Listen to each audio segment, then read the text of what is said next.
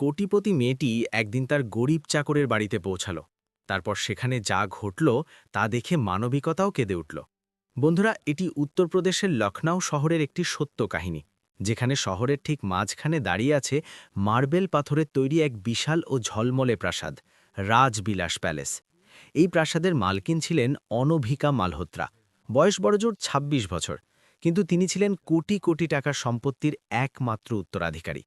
তার কাছে সব ছিল: দামি গাড়ি, বড় বড় ব্যবসা, মিডিয়ায় নাম, সমাজে প্রতিপত্তি। শুধু ছিল না এমন একজন আপন মানুষ যে কোনো স্বার্থ ছাড়াই তার খোঁজ নেবে। সেই সকালেও প্রাসাদে প্রতিদিনের মতোই ব্যস্ততা ছিল। চাকর-বাকররা এদিক ওদিক ছুটছিল, ম্যানেজার ফোনে আদেশ দিচ্ছিল, পাহারাদাররা দরজায় কড়া পাহারায় দাঁড়িয়েছিল। কিন্তু এই ভিড়ের মাঝেও অনঘিকাকে সবসময় একা লাগত। সে যখন সিঁড়ি দিয়ে নিচে নামছিল, তখন তার নজর পড়ল একটি ছেলের ওপর। সাধারণ পোশাক, অবনত দৃষ্টি, হাতে ট্রলি। সেই চাকর যাকে সে বহুবার দেখেছে কিন্তু কখনো খেয়াল করেনি। তার নাম ছিল বীর। প্রাসাদে সে ২ বছর ধরে কাজ করছে, কিন্তু আজ পর্যন্ত কেউ তাকে উঁচু গলায় কথা বলতে শোনেনি। সে সবসময় চুপচাপ থাকে, নিজের কাজ শেষ করে একপাশে সরে যায়। অন্য চাকররা প্রায়ই হাসাহাসি ও গল্প করলেও বীর ছিল আলাদা, যেন সে এখানে থেকেও নেই।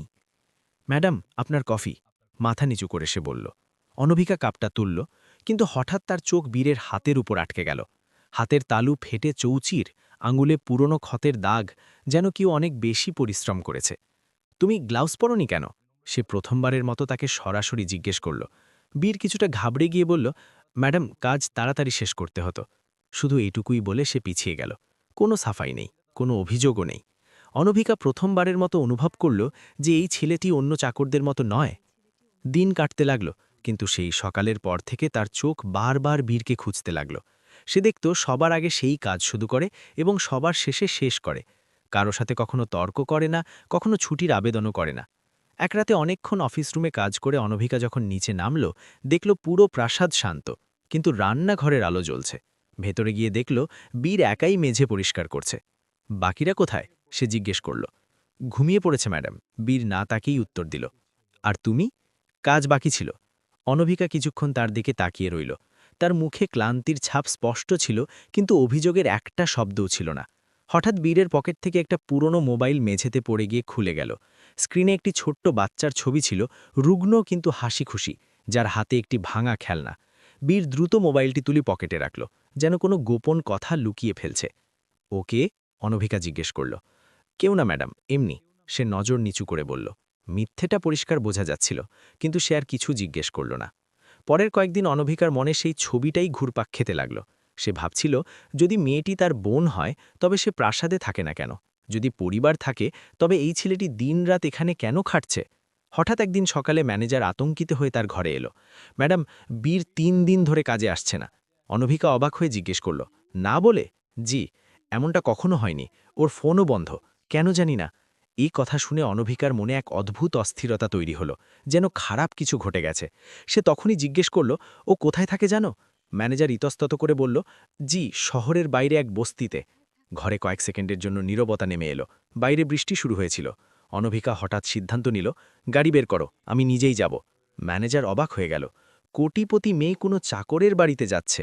প্রাসাদের ইতিহাসে এমনটা কখনো হয়নি। কিন্তু তখন অনভিকার চোখে মুখে সেই জেদ ছিল যা বড় কোনো বিজনেস ডিল করার সময় থাকে। তফাৎ শুধু এটাই ছিল যে এবার বিষয়টি টাকার নয়, এক মানুষের ছিল। দামি কালো গাড়ি বৃষ্টি চিরে শহরের বাইরে চলে গেল। ঝলমলে রাস্তার বদলে এখন ভাঙাচোরা গলি, বড় বড় বাড়ির জায়গায় টিনের চালের ঝুপড়ি ঘর। গাড়ি থামতেই দুর্গন্ধ আর কাদামাখা বাতাস ভেতরে এলো। অনভিকা সম্ভবত জীবনের প্রথমবার এমন জায়গায় পা রাখল। ম্যাডাম, এটাই সেই ঘর। ড্রাইভার একটি ভাঙা ঝুপড়ির দিকে ইশারা করল। অনভিকা কয়েক মুহূর্ত দাঁড়িয়ে রইল, যেন তার পায়ে কোনো শক্তিই নেই। তারপর সে ধীরে ধীরে সেই ঝুপড়ির পর্দা সরাল। ভেতরে দৃশ্য দেখে তার হৃৎস্পন্দন যেন থেমে গেল। মেঝেতে এক বৃদ্ধা বসেছিলেন, চোখে ফোলা ভাব আর মুখে অনেক রাতের জাগরণ আর ক্লান্তি। পাশেই একটি ছোট মেয়ে শুয়েছিল, সেই ছবির সেই বাচ্চাটি। কিন্তু এখন তার অবস্থা খুব খারাপ, শরীর জ্বরে পড়ছে, শ্বাস প্রশ্বাস দ্রুত বইছে। আর ঘরের এক কোণে বীর বসেছিল। তার চোখ লাল, মুখ শুকনো, যেন অনেকদিন ঘুমায়নি এবং খায়নি। অনভিকাকে দেখে সে ধরপড় করে উঠে দাঁড়াল। ম্যাডাম, আপনি এখানে? তার কণ্ঠে বিস্ময়ের চেয়ে লজ্জা বেশি ছিল। অনবিকা কিছু বলতে পারল না, সে শুধু চারপাশটা দেখল, ভাঙা দেওয়াল, খালি থালা বাসন, ওষুধের পুরনো খোসা আর দারিদ্র্য যা প্রতিটি কোণায় রেখা ছিল। হঠাৎ ছোট মেয়েটি ক্ষীণ কণ্ঠে বলল, ভাইয়া, জল। বীর সঙ্গে সঙ্গে হাঁটু গেড়ে বসল, কিন্তু কলসিতে জলের শেষ বিন্দুটিও ছিল না। সেই মুহূর্তে অনবিকা প্রথমবারের মতো দেখল যে কোটি কোটি টাকা উপার্জনকারী প্রাসাদের সবচেয়ে পরিশ্রমী চাকরটি তার বোনকে এক চুমুক জলও দিতে পারছে না। তখনই অনবিকার ভেতরের কিছু একটা ভেঙে চুরমার হয়ে গেল। বীর নজর নিচু করে ধীরে বলল, ম্যাডাম, আমি কাল থেকে কিছুই খেতে পারিনি। প্রথমে ওর জন্য ওষুধ আনতে হতো। অনবিকার মনে হলো যেন কেউ তার বুকের ভেতরে কিছু মুছড়ে দিয়েছে। সামনে সেই ছেলেটি দাঁড়িয়েছিল যে প্রাসাদে প্রতিটি কাজ সবার আগে করত, কখনো ছুটি নিত না, আর আজ নিজের বোনের জন্য নিজে না খেয়ে বসে আছে। সে তৎক্ষণাৎ ঝুঁকে বাচ্চাটির কপালে হাত রাখল। প্রচণ্ড জ্বরে শরীর পুড়ছে। ডাক্তার দেখিয়েছ? তার কণ্ঠ কাঁপছিল। বীর ধীরে ধীরে মাথা নাড়ল। সরকারি হাসপাতালে নিয়ে গিয়েছিলাম, বলল ওষুধ আনতে হবে, ইঞ্জেকশনও লাগবে। তবে আননি কেন? এবার বীর চুপ করে রইল, তার চোখ নত হয়ে গেল। উত্তরটা পরিষ্কার ছিল, টাকা নেই। অনবিকা প্রথমবারের মতো অনুভব করল যে কিছু প্রশ্ন করাও নিষ্ঠুরতা। ড্রাইভার, সে বাইরে ডাক দিল। কয়েক সেকেন্ডের মধ্যে ড্রাইভার ভেতরে এলো এবং সামনের দৃশ্য দেখে সে নিজেও স্তব্ধ হয়ে গেল। দ্রুত গাড়ি থেকে জল, খাবার আর ফার্স্ট এড কিট নিয়ে এসো, আর কাছের সবচেয়ে ভালো হাসপাতালের খোঁজ করো। অনবিকা কোনো সময় নষ্ট না করে বলল, ম্যাডাম, এত খরচ করবেন না, আমি সামলে নেব। অনবিকা প্রথমবারের মতো তার দিকে তীক্ষ্ণ দৃষ্টিতে তাকিয়ে বলল, চুপ করো, এখন তোমার বোনের জীবন বেশি জরুরি। তার কণ্ঠে এমন এক আদেশ ছিল যে বীর আর কিছু বলতে পারল না। কয়েক মিনিটের মধ্যে জল এলো। অনবিকা নিজেই বাচ্চাটির ঠোঁটে বোতল ধরল। বাচ্চাটি ধীরে ধীরে জল পান করল, যেন সে অনেকদিন তৃষ্ণার্ত ছিল। বৃদ্ধা মা কাঁদতে কাঁদতে বললেন, মা, ভগবান তোমার মঙ্গল করুন। 3 দিন ধরে জ্বর নামছে না। অনবিকা ওনার হাত ধরল। সে বুঝতে পারছিল না যে সে এখন কোটিপতি নাকি স্রেফ একজন মানুষ। ওর নাম কি? সে জিজ্ঞেস করল। মা বললেন, চন্দা। চন্দা নামটা যতটা মিষ্টি ছিল, তার অবস্থা ততটাই যন্ত্রণাদায়ক ছিল। গাড়ি দ্রুত হাসপাতালের দিকে চলল। বীর বারবার বলছিল যে সে সাথে আসবে না, কিন্তু অনবিকা পরিষ্কার বলে দিল, যদি তুমি না আসো তবে আমিও যাব না। শেষ পর্যন্ত সেও মাথা নিচু করে বসে পড়ল, যেন তার এই সাহায্যের কোনো অধিকারই নেই। হাসপাতালে পৌঁছতেই ডাক্তাররা বাচ্চাটিকে এমার্জেন্সিতে নিয়ে নিলেন। পরীক্ষার পর ডাক্তার বাইরে এসে বললেন, অনেক দেরি হয়ে গেছে, ইনফেকশন পুরো শরীরে ছড়িয়ে পড়ছে, দ্রুত চিকিৎসা শুরু করতে হবে। যা করার করুন, অনবিকা বিন্দুমাত্র না ভেবেই বলল। ডাক্তার জিজ্ঞেস করলেন, আপনি কি আত্মীয়? কয়েক মুহূর্ত সে চুপ করে থেকে বলল, হ্যাঁ। বীর বিস্ময়ে তার দিকে তাকাল। সম্ভবত প্রথমবারের মতো কেউ তাকে নিজের বলে পরিচয় দিয়েছিল। চিকিৎসা শুরু হল। ওষুধ, ইঞ্জেকশন, ড্রিপ সব দ্রুত চলতে লাগল। করিডোরে বসে থাকা বীরের হাত কাঁপছিল। সে বারবার মেঝের দিকে তাকাচ্ছিল, যেন নিজেকে দোষ দিচ্ছিল। আমি যদি আগে টাকা জোগাড় করতে পারতাম, সে ক্ষীণ কণ্ঠে বলল। অনবিকা তার পাশে গিয়ে বসল। তুমি একলা আর কতদিন লড়তে, বীর? বীর প্রথমবারের মতো তার দিকে তাকাল। তার চোখে যন্ত্রণার সাথে এক অদ্ভুত সংকোচ ছিল। ম্যাডাম, আমি প্রাসাদ থেকে টাকা নিতে চাইনি। কেন? অনবিকা অবাক হল। কারণ আমি চাকরি করতে এসেছি, ভিক্ষে নিতে নয়। উত্তরটা সহজ ছিল, কিন্তু তাতে আত্মসম্মানের আগুন ছিল। অনবিকার কাছে কোনো শব্দ ছিল না। সে তার জীবনে হাজার হাজার মানুষকে টাকার জন্য মাথা নত করতে দেখেছে, কিন্তু এই ছেলেটি দারিদ্র্যের মধ্যেও সোজা হয়ে দাঁড়িয়ে আছে। কিছুক্ষণ পর নার্স বাইরে এলো। রোগীর রক্তের প্রয়োজন। আমার রক্ত নিন। বীর সঙ্গে সঙ্গে দাঁড়িয়ে পড়ল। পরীক্ষা হলো, কিন্তু তার ব্লাড গ্রুপ মিলল না। অনবিকা না ভেবেই বলল, আমার পরীক্ষা করুন। কয়েক মিনিট পর রিপোর্ট এলো, মিলে গেছে। বীর অবাক হয়ে গেল। ম্যাডাম, আপনি কেন? কারণ আমি পারি, সে শুধু এটুকুই বলল। রক্ত দেওয়া হলো। ধীরে ধীরে চন্দার শ্বাসপ্রশ্বাস স্বাভাবিক হতে লাগল। ডাক্তার বললেন, এখন বিপদ কাটতে পারে যদি চিকিৎসা চলতে থাকে। বীর সেখানেই মেঝেতে বসে ডুকরে কেঁদে উঠল। সম্ভবত স্বস্তির কান্না ছিল, কিংবা বছরের পর বছর ধরে চেপে রাখা কষ্ট। অনবিকা প্রথমবারের মতো কোনো চাকরকে কাঁদতে দেখল, কিন্তু এই কান্নায় দুর্বলতা ছিল না, ছিল মানবিকতা। কয়েক ঘণ্টা পর রাত নামল। হাসপাতালের জানালার বাইরে অন্ধকার ছড়িয়ে পড়েছে। বীর হঠাৎ বলল, ম্যাডাম, আপনি এত কেন করলেন? প্রশ্নটি সরাসরি মনে গিয়ে লাগল। অনবিকা ধীরে বলল, সম্ভবত কারণ প্রথমবারের মতো আমার মনে হল যে আমার যা আছে সেটার একটা অর্থ থাকা উচিত। কিছুক্ষণ দুজনেই চুপ করে রইল। তারপর বীর ইতস্তত করে বলল, চন্দা ঠিক না হওয়া পর্যন্ত আমি প্রাসাদে ফিরতে পারব না। কে বলেছে তোমাকে ফিরতে হবে? জিজ্ঞেস করল। সে অবাক হল। এখন তোমার ডিউটি এখানে, সে শান্ত স্বরে বলল। বীরের চোখ ভিজে এলো, কিন্তু সে মাথা নিচু করে নিল। ঠিক তখনই ডাক্তার আবার বাইরে এলেন। এবার তার মুখে গাম্ভীর্য ছিল। আরেকটি কথা আছে, বাচ্চাটিকে শুধু ওষুধে সুস্থ করা যাবে না, এর জন্য দীর্ঘ চিকিৎসা আর অপারেশনের প্রয়োজন হবে। বীরের মুখ ফ্যাকাশে হয়ে গেল। কত খরচ হবে? তার কণ্ঠ দিয়ে শব্দ বের হওয়া যেন অসম্ভব ছিল। ডাক্তার যে টাকার পরিমাণ বললেন তা শুনে বীরের চোখ থেকে সব আশা যেন ফুরিয়ে গেল। সে ধীরে ধীরে পিছিয়ে গেল, দেওয়ালে ঠ্যাস দিয়ে দাঁড়ালো, যেন পায়ে আর শক্তি নেই। অনভিকা ডাক্তারের কথা মন দিয়ে শুনল এবং এক মুহূর্ত দেরি না করে বলল, চিকিৎসা শুরু করুন, পুরো খরচ আমি দেব। বীর সঙ্গে সঙ্গে মাথা তুলল। না ম্যাডাম, এত বড় উপকারের বোঝা চাপাবেন না, আমি সারা জীবনেও শোধ করতে পারব না। অনভিকা তার দিকে এগিয়ে গেল এবং খুব শান্ত অথচ গম্ভীর কণ্ঠে বলল, কিছু উপকার শোধ করার জন্য হয় না, শুধু পালন করার জন্য হয়। বীর কিছু বলতে পারল না, কিন্তু ডাক্তারের পরবর্তী কথা শুনে ঘরের বাতাস যেন জমে গেল। অপারেশন দ্রুত করতে হবে, কারণ বাচ্চাটির যে রোগ তা জন্মগত এবং এখন শেষ পর্যায়ে পৌঁছে গেছে। একথা শোনামাত্রই বীরের হাত থেকে দেওয়ালের সাহায্যও ছুটে গেল। সে ধীরে ধীরে মেঝেতে বসে পড়ল, যেন কেউ তার সব শক্তি কেড়ে নিয়েছে। তার চোখ ডাক্তারের ওপর স্থির হয়ে রইল। সম্ভবত সে শুনতে চেয়েছিল যে এটি একটি রসকতা বা ভুল বোঝাবুঝি, কিন্তু ডাক্তারের মুখ ছিল একেবারে গম্ভীর। যদি অপারেশন না হয়? বীরের কণ্ঠ দিয়ে কোনো মতে শব্দ বের হল। ডাক্তার নজর নিচু করে নিলেন। তাহলে বাচ্চাটি আর বেশিদিন টিকবে না। এই বাক্যটি সরাসরি হৃদয়ে গিয়ে বিঁধল। বীর দুই হাতে মাথা চেপে ধরল। তার ঠোঁট কাঁপছিল, কিন্তু শব্দ বের হচ্ছিল না। সে কাঁদতেও পারছিল না। সম্ভবত ব্যথা এতটাই বেশি ছিল যে চোখের জলও যেন ভয় পেয়ে গেছে। অনভিকা প্রথমবারের মতো অনুভব করল যে টাকা থাকা সত্ত্বেও কিছু মুহূর্ত এমন আসে যেখানে মানুষ একেবারে অসহায় হয়ে পড়ে। সে এগিয়ে গিয়ে ধীরে বলল, অপারেশন হবে, আর এখনই হবে। ডাক্তার জিজ্ঞেস করলেন, আপনি কি নিশ্চিত? এটি দীর্ঘ এবং ব্যয়বহুল চিকিৎসা, যা প্রয়োজন করুন। অনভিকা দৃঢ় কণ্ঠে বলল। বীর মাথা তুলল, তার চোখে অবিশ্বাস ছিল। ম্যাডাম, আমি এসব নিতে পারি না। তুমি নিচ্ছ না। অনভিকা তার কথা থামিয়ে দিল। আমি দিচ্ছি। সে প্রথমবারের মতো বীরের কাঁধে হাত রাখল। এই স্পর্শ আদেশ ছিল না, ছিল সাহারা। অপারেশনের প্রস্তুতি শুরু হল। চন্দাকে স্ট্রেচারে করে অপারেশন থিয়েটারের দিকে নিয়ে যাওয়া হলো। যাওয়ার সময় সে ক্ষীণ কণ্ঠে বলল, ভাইয়া, তুমি বাইরেই থেকো। বীর তার সাথে দৌড়াচ্ছিল যতক্ষণ না দরজা বন্ধ হল। দরজা বন্ধ হতেই সে সেখানেই মেঝেতে বসে পড়ল। ঘণ্টার পর ঘণ্টা অপেক্ষা শুরু হল। করিডোরে নিস্তব্ধতা ছিল। ঘুড়ির টিকটিক শব্দও অনেক জোরে শোনা যাচ্ছিল।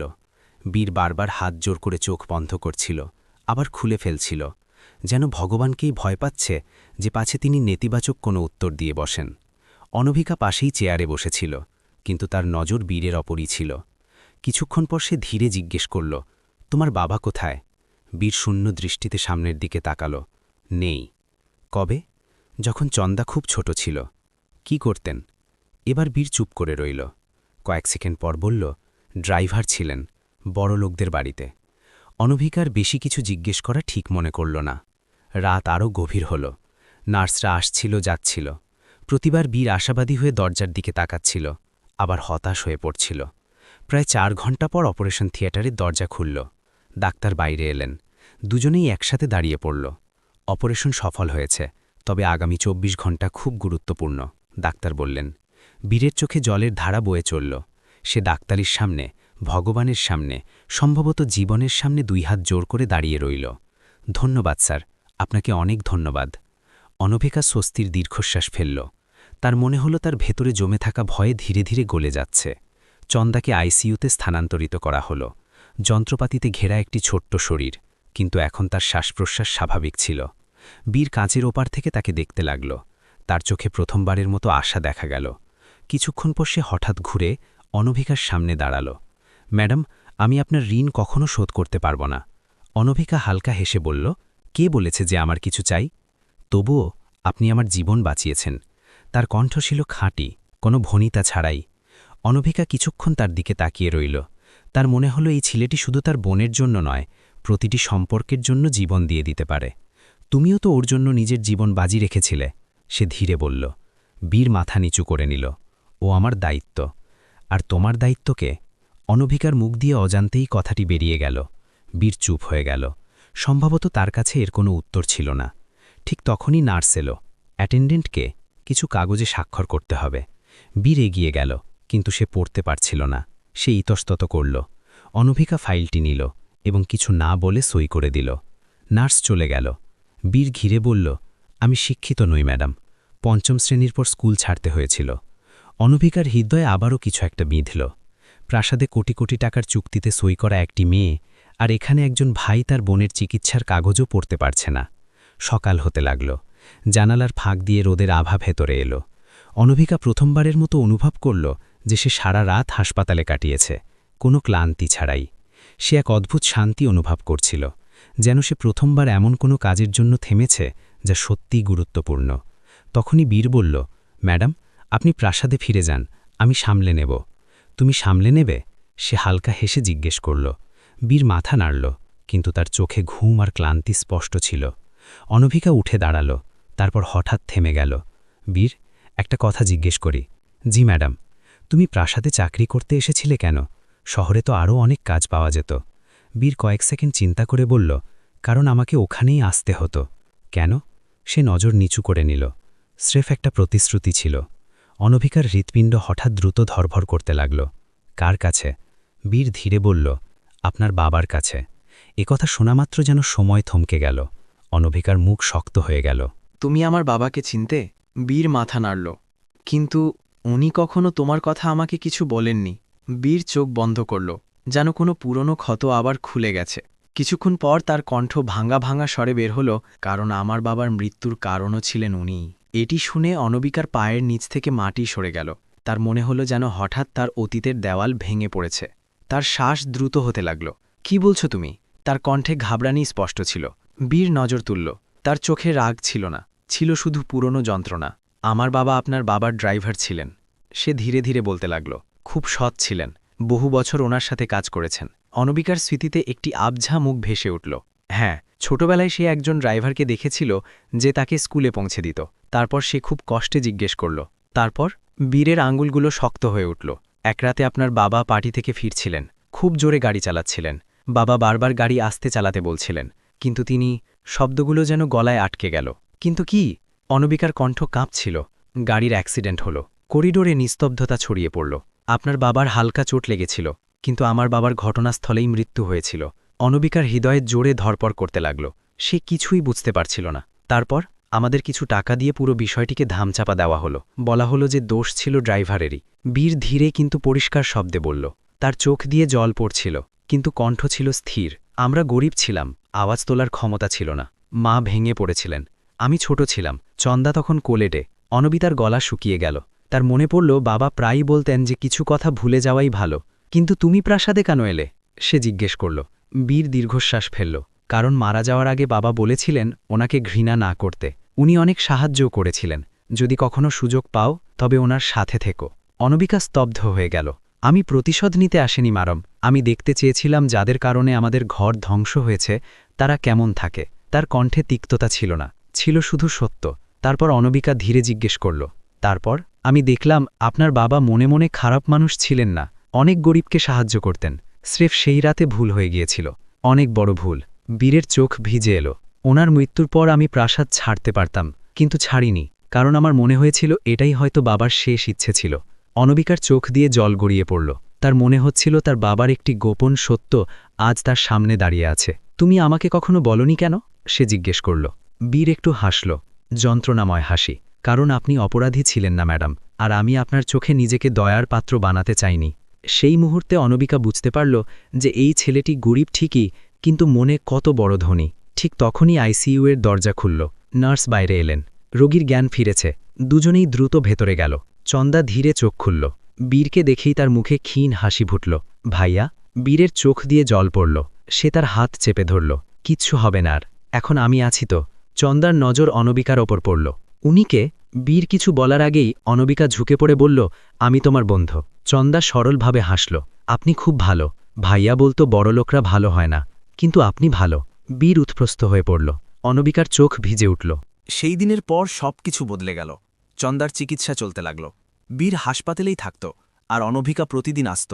ধীরে ধীরে প্রাসাদের মালকিন আর গরিব চাকরের মাঝখানের দেওয়ালটি মুছে যেতে লাগল। দুজন মানুষ থেকে গেল, যাদের মধ্যে ছিল কষ্টের সম্পর্ক। কয়েক সপ্তাহ পর ডাক্তার বললেন, এখন বিপদ কেটে গেছে, বাচ্চাটি পুরোপুরি সুস্থ হয়ে যাবে। বীর মাথা নিচু করে নিল। সম্ভবত সে কাঁদতে চায়নি, কিন্তু চোখের জল বাঁধ মারল না। হাসপাতাল থেকে বের হওয়ার সময় অনভিকা বলল, বীর, প্রাসাদে চলো। সে অবাক হল। না ম্যাডাম, এখন আমি সেখানে আর কাজ করব না। কাজ নয়, বাড়ি চলো, সে শান্ত কিন্তু দৃঢ় কণ্ঠে বলল। বীর অবিশ্বাসের চোখে তার দিকে তাকাল। অনভিকা বলল, রাজবিলাস প্রাসাদে অনেক ঘর খালি পড়ে আছে, কিন্তু প্রথমবারের মতো আমার মনে হয়েছে সেখানে মানুষের প্রয়োজন। বীর কিছু বলতে পারল না।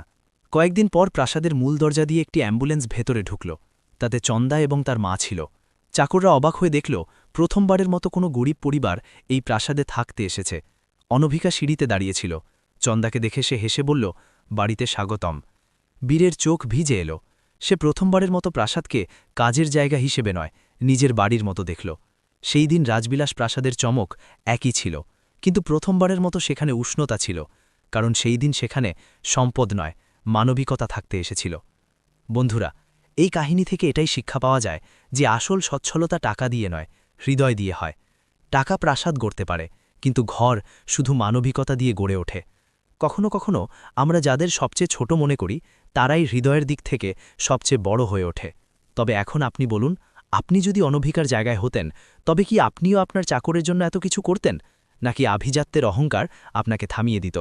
আর আপনার যদি এমন হৃদয়স্পর্শী সত্য কাহিনী পছন্দ হয়, তবে ভিডিওটি লাইক করুন, চ্যানেলকে সাবস্ক্রাইব করুন এবং এই কাহিনীটি যতটা সম্ভব মানুষের কাছে শেয়ার করুন, কারণ হয়তো আজ কারোর মানবিকতার উপর বিশ্বাস ফিরিয়ে আনার প্রয়োজন আছে। দেখা হবে পরবর্তী কাহিনীতে। ততক্ষণ ভালো থাকুন।